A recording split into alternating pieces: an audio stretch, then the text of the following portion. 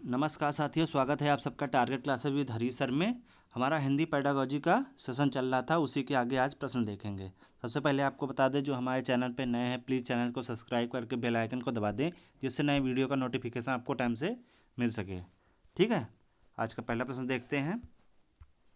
पहला प्रश्न है आपका कि आकलन जो है ये क्या होता है कि इसमें मूलतः शिक्षक केंद्रित होता है, यह केवल यह बताता है कि बच्चे ने क्या नहीं सीखा, या भाषा सीखने सिखाने की प्रक्रिया का अभिन्न अंग है, या पाठ समाप्ति पर ही किया जाता है। ये जो आकलन है तो क्या है, इसमें क्या होता है आकलन में, तो इसमें कौन सा ऑप्शन सही हो जाएगा? ऑप्शन कौन सा सही हो जाएगा बताइए। ऑप्शन नंबर सी आपका सही हो जाएगा कि भाषा सीखने सिखाने की प्रक्रिया का अभिन्न अंग है। ये जो आकलन होता है ये भाषा सीखने सिखाने की प्रक्रिया का अभिन्न अंग माना गया है। ठीक है, नेक्स्ट प्रश्न देखते हैं।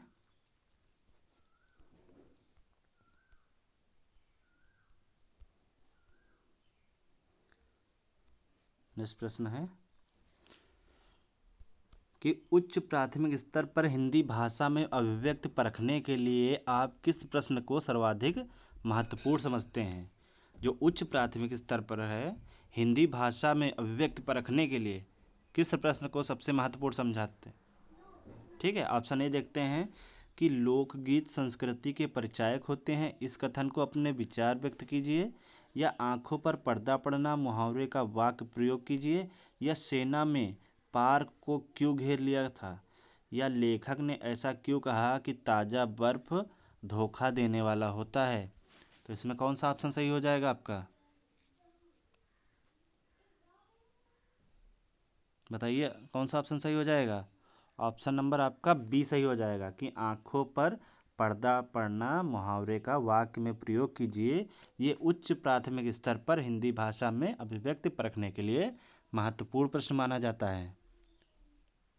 ठीक है,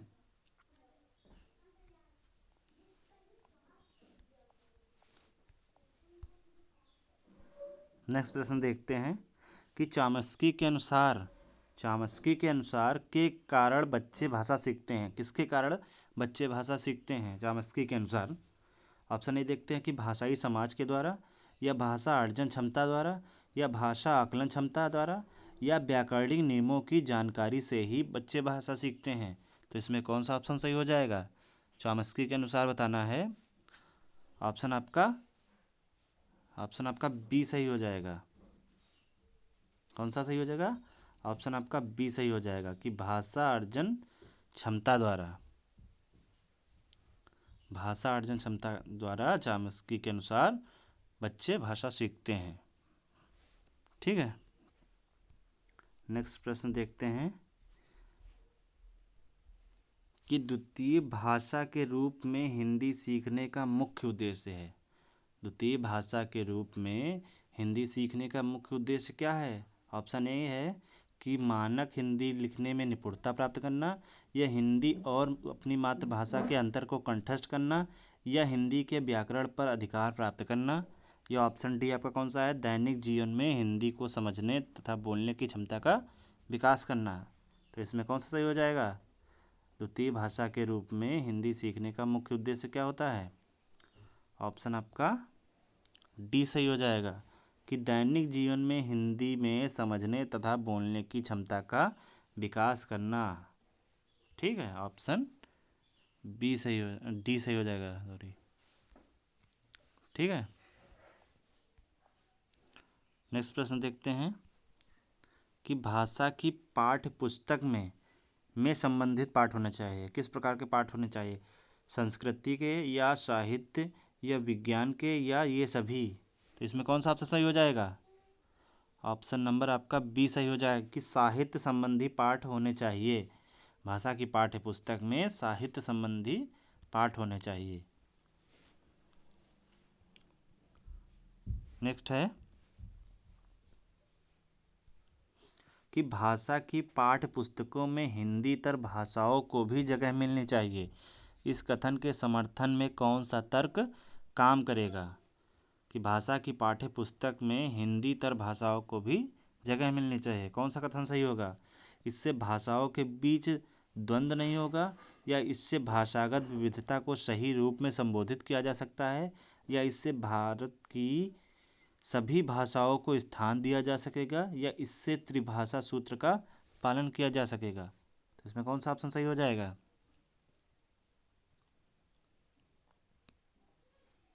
ऑप्शन नंबर आपका बी सही हो जाएगा। इससे भाषागत विविधता को सही रूप में संबोधित किया जा सकता है। ठीक, ऑप्शन बी आपका सही हो जाएगा। नेक्स्ट प्रश्न है,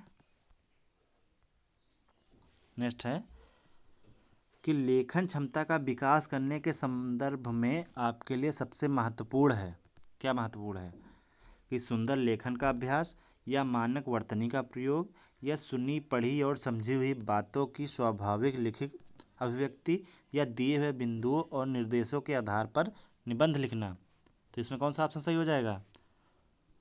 ऑप्शन नंबर आपका सी सही हो जाएगा कि सुनी पढ़ी और समझी हुई बातों को स्वाभाविक लिखित अभिव्यक्ति देना, ये लेखन क्षमता का विकास करने के लिए महत्वपूर्ण अंग माना जाता है। ठीक है, पूर्व में पढ़ी हुई बात को स्वाभाविक अभिव्यक्ति, ये लेखन क्षमता के विकास में महत्वपूर्ण होता है। नेक्स्ट प्रश्न है कि शिक्षक की स्वयं की भाषा प्रयोग की कुशलता है। तो शिक्षक की स्वयं की भाषा प्रयोग की कुशलता क्या है, देखते हैं। ऑप्शन ए कि बच्चों के भाषा प्रयोग के लिए आदर्श रूप प्रस्तुत करती है, या बच्चों के भाषा प्रयोग पर कोई प्रभाव नहीं डालती है, या बच्चों को अलंकारिक भाषा प्रयोग के लिए प्रेरित करती है, या बच्चों को भाषा का अनुकरण करने के लिए बाध्य करती है? तो इसमें कौन सा सही हो जाएगा? शिक्षक की स्वयं की भाषा प्रयोग की कुशलता क्या होती है?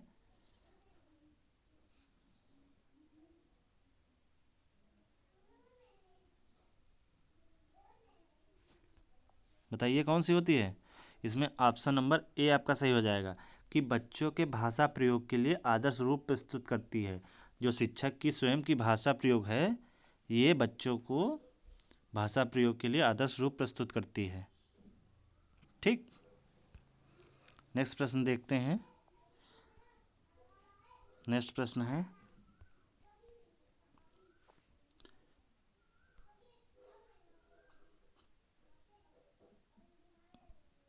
कि सतत आकलन का उद्देश्य यह जानना है कि जो सतत आकलन है इसका क्या उद्देश्य है?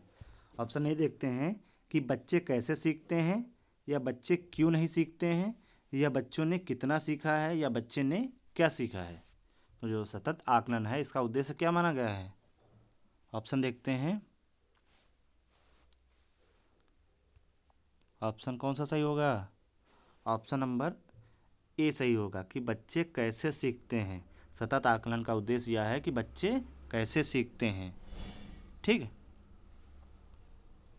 नेक्स्ट प्रश्न देखते हैं कि रेखा अपनी कक्षा के बच्चों को मौखिक अभिव्यक्ति के अवसर देने के लिए अनेक क्रियाकलाप करती है। निम्नलिखित में से सबसे प्रभावी किसे मानते हैं? जो रेखा है, जो अध्यापिका है, अपनी कक्षा के बच्चों को मौखिक अभिव्यक्ति के अवसर देती है। ठीक है, तो इसमें सबसे प्रभावी कौन सा माना गया है? ऑप्शन ए देखते हैं, विभिन्न परिस्थितियों में संवाद अदायगी करना, या शब्दों को जोर जोर से बोलना, या कहानी को बोल बोल कर लिखना पढ़ना, या समाचार पत्र का वाचन करना। तो इसमें कौन सा सही हो जाएगा?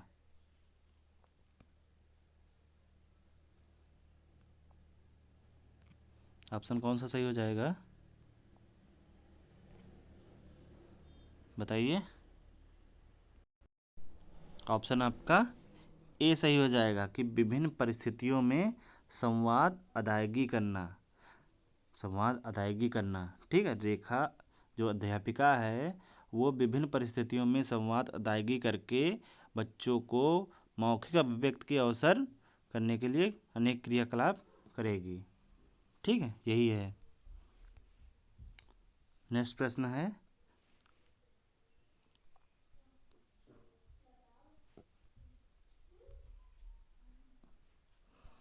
कि महेश 1 साल पहले असम से पंजाब आया।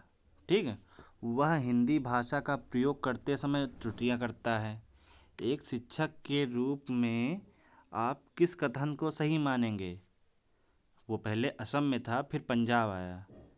ठीक है, तो वहाँ की लैंग्वेज दूसरी है और पंजाब की लैंग्वेज दूसरी है। तो इसमें यह है कि वह हिंदी भाषा का प्रयोग करते समय त्रुटियां करता है। तो एक शिक्षक के रूप में आप किस कथन को सही मानेंगे? ऑप्शन ए देखते हैं कि उसे रोज 1 घंटा हिंदी भाषा के शब्द बोलने का अभ्यास कराएंगे, या महेश को भाषा प्रयोग के अधिकाधिक अवसर व प्रोत्साहन देंगे, या महेश को बार बार उसकी त्रुटियों के बारे में बताएंगे, या महेश की मातृभाषा का प्रभाव लक्ष्य भाषा पर नहीं पड़ने देंगे। तो इसमें कौन सा ऑप्शन सही हो जाएगा? ऑप्शन कौन सा सही हो जाएगा? ऑप्शन नंबर आपका बी सही हो जाएगा कि महेश को भाषा प्रयोग के अधिकाधिक अवसर व प्रोत्साहन देंगे। ठीक है, ऑप्शन बी, उसे अधिक से अधिक अवसर देंगे जिससे वो वहाँ की भाषा सीख सके। नेक्स्ट प्रश्न देखते हैं कि हर व्यक्ति को मैंने ही सच्चाई दिखाई वाक्य पर चर्चा करने का उद्देश्य क्या है? ऑप्शन ए देखते हैं कि बच्चों को संज्ञा के प्रयोग का ज्ञान कराना, या बच्चों को सर्वनाम के प्रयोग का ज्ञान कराना, या ऑप्शन सी कि बच्चों को क्रिया के प्रयोग का ज्ञान कराना, या बच्चों को भाषा की नियमबद्ध प्रकृति की पहचान और उसका विश्लेषण कराना। तो इसमें कौन सा ऑप्शन सही हो जाएगा? ऑप्शन कौन सा सही होगा? आपका ऑप्शन डी सही हो जाएगा कि बच्चों को भाषा की नियमबद्ध प्रकृति की पहचान और उसका विश्लेषण करना सिखाना। यह आपका ऑप्शन नंबर डी सही हो जाएगा। जो प्रश्न था हर व्यक्ति को मैंने ही सच्चाई दिखाई, इसका उद्देश्य यह है कि बच्चों को भाषा की नियमबद्ध प्रकृति की पहचान और उसका विश्लेषण करना सिखाना। ऑप्शन डी सही हो जाएगा। धन्यवाद। नेक्स्ट हम कल इसके आगे पढ़ेंगे।